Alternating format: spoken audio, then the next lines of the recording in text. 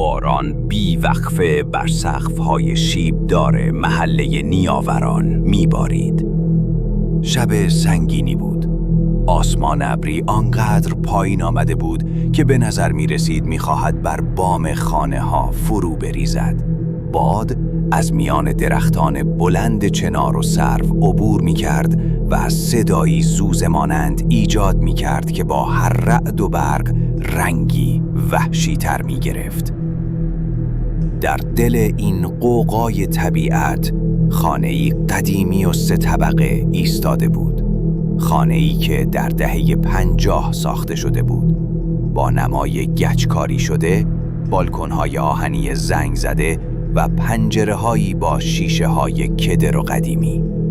از پشت یکی از این پنجره‌ها نور زرد و کمرمقی می‌درخشید، مثل فانوسی ضعیف در دل طوفان. داخل خانه سکوتی سنگین حکم فرما بود، جز صدای قطره‌های باران که به شیشه می‌خوردند و گهگاه صدای زوزه باد. هیچ چیز شنیده نمی‌شد. در سالن غذاخوری دختری جوان پشت میزی بزرگ نشسته بود. نامش لیلا بود. 25 ساله، دانشجوی سال آخر معماری. موهای مشکیش شانه نشده روی صورتش ریخته بود و چشمانش خسته اما مصمم به خطوط کتاب‌ها و جزوه‌ها دوخته شده بود.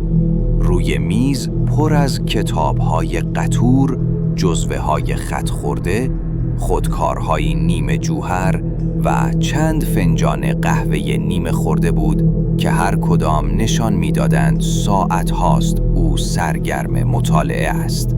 نور چراغ رومیزی فضای کوچکی را روشن کرده بود، در حالی که بقیه خانه در تاریکی فرو رفته بود. بیرون پنجره رعدی عظیم زد و برای چند ثانیه آسمان و اتاق غرق نور آبی شد. لیلا سرش را بلند کرد. انعکاس خودش را در شیشه بارانی دید. لحظه‌ای احساس کرد حرکتی در پس زمینه دیده. چیزی مثل سایه‌ای لغزان میان تاریکی سالن. پلک زد. دوباره نگاه کرد اما چیزی نبود. لبخند کمرنگی زد و زیر لب گفت: خیالاتی شدی لیلا. و دوباره سرش را پایین انداخت. اما خانه زنده بود، آنقدر زنده که حتی سکوتش هم صدا داشت.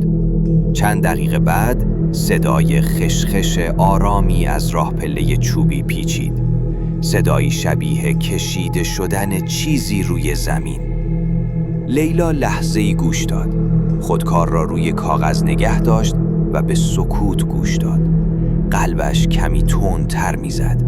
سعی کرد خودش را قانع کند که این صدا می‌تواند از پنجره نیمه باز باشد یا از انقباض چوب‌های قدیمی در اثر رطوبت. اما صدای دوم دیگر جای توجیه نداشت. این بار واضح‌تر و نزدیکتر بود. صدایی شبیه قدم‌هایی که آرام روی پله‌های قدیمی کشیده می‌شوند. لیلا از جا بلند شد، نگاهی به راه رو انداخت، اما چیزی جز تاریکی ندید. به خودش گفت: تو تنها اینجایی، هیچ کس دیگه نیست. و دوباره برگشت پشت میز. یک رعد عظیم بر آسمان کوبید و ناگهان همه جا خاموش شد. برق قطع شد و خانه در تاریکی مطلق فرو رفت. تنها نور ضعیفی که باقی مانده بود از صفحه موبایلش بود که صورت رنگ پریده‌اش را روشن می‌کرد. نفسش تند شده بود. باران همچنان می‌کوبید، اما حالا چیزی در سکوت خانه تغییر کرده بود. لیلا حس می‌کرد تنها نیست. با موبایل در دست به سمت پله‌ها رفت. نور لرزان چراغ قوه موبایل راه باریک و محدودی را روشن می‌کرد. نفسش در سینه حبس شد وقتی دید روی پله‌ها چیزی ظاهر می‌شود. رد پاهای خیس، یکی یکی، آرام و منظم، انگار کسی نامرئی دارد از طبقه بالا پایین می‌آید. آب از رد پاها روی چوب می‌چکید و برق نور را منعکس می کرد. لیلا عقب رفت. دستش لرزید و نزدیک بود موبایل بیفتد، اما نیروی عجیب، چیزی بین ترس و کنجکاوی، او را وادار کرد تا به سمت زیر پله برود. میان جعبه‌های خاک خورده و وسایل قدیمی چیزی توجهش را جلب کرد. یک دفترچه چرمی سیاه، کهنه و پوسیده. لبه‌هایش ساییده شده و بوی نم گرفته بود. آن را برداشت، گرد و خاکش را تکاند و صفحه‌ای را باز کرد. نور موبایل روی خطوط لرزان و محو شده جوهر افتاد. کلمات لرزان و فارسی قدیمی روی صفحه نوشته بودند. اگر در این خانه صدای پا شنیدی، هیچ وقت دنبالش نرو. هیچ وقت. قلبش فرو ریخت. انگار کلمات زنده شدند و مستقیم در گوشش نجوا کردند. در همان لحظه صدای قدم‌ها دوباره بلند شد. نه از طبقه بالا، بلکه درست پشت سرش. با وحشت دوید و وارد سالن شد. آینه قدیمی و بزرگی کنار دیوار قرار داشت. نور موبایل روی آن افتاد و تصویر خودش را نشان داد. اما پشت سرش در بازتاب آینه مردی بلند و سایه‌گون ایستاده بود. قامتش دراز، صورتش نامشخص و تاریک. لیلا نفسش بند آمد. سری برگشت، اما پشت سرش هیچ کس نبود. دوباره به آینه نگاه کرد. سایه هنوز آنجا بود، بی حرکت و خیره. جیغی از گلویش پرید. موبایل از دستش افتاد و نور روی زمین چرخید. نور لرزان روی دفترچه‌ای افتاد که روی زمین باز شده. باران همچنان از پنجره میکوبید و صدای رعد خانه را میلرزاند.